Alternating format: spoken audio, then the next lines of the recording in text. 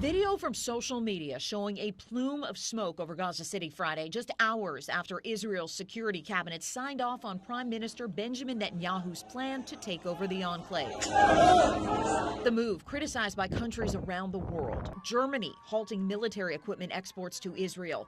Egypt and Turkey calling Israel's acts genocide. And Australia warning the move is illegal and will worsen Gaza's humanitarian catastrophe. A crisis underscored by social media video of a balcony collapse Friday after Palestinians rushed to reach airdropped aid.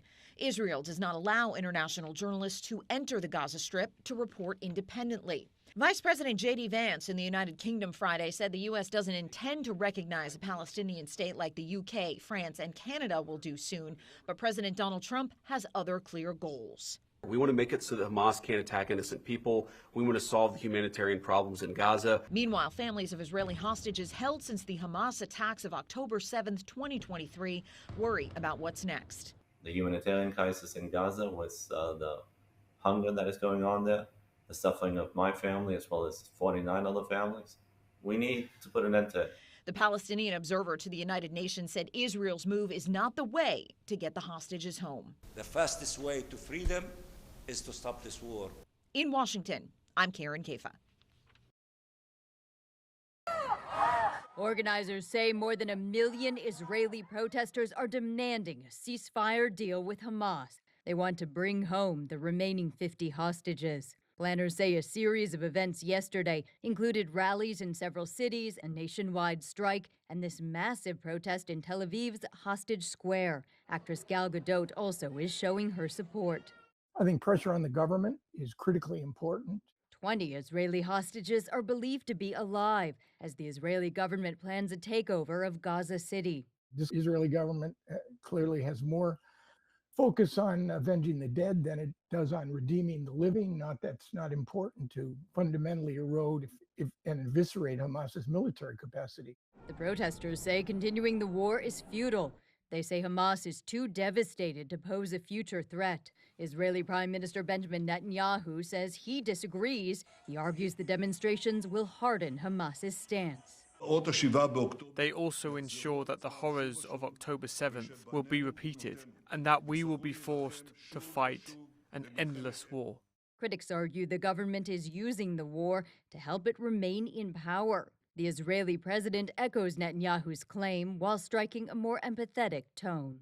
I want to say to our brothers and sisters all over the world, we are together in this plight. We want the hostages back home. I'm Amy KEYE reporting.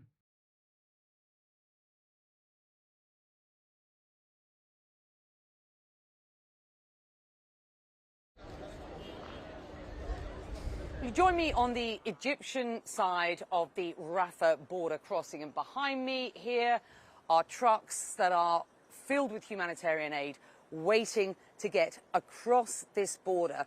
Just meters away, of course, is Gaza. The drivers, though, telling us that some of them have been here for some 20 days waiting for access. And these trucks, just part of what I'm told by the Egyptians, are some 5,000 trucks waiting to get access. Now, the Egyptian government at present is under huge pressure to do more to alleviate the suffering and hunger of Gazans on the other side of this border. I travelled here with the Egyptian foreign minister, and I asked him what his response is to critics who say they are simply, one, not doing enough, and further, that they are complicit in the blocking of aid. This is what he told me.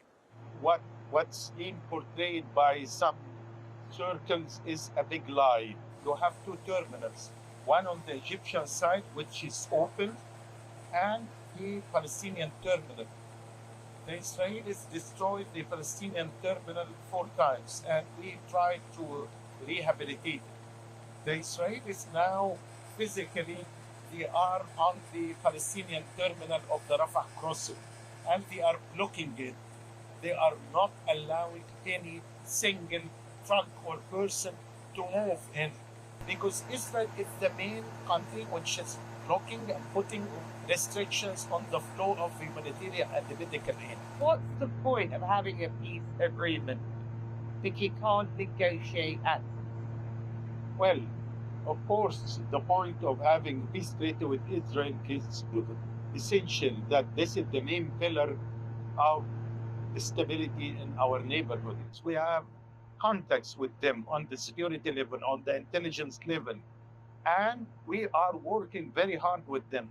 The problem is, sometimes, as they are saying, on the political level, the lack of political will to work out a deal. This is the main impediment.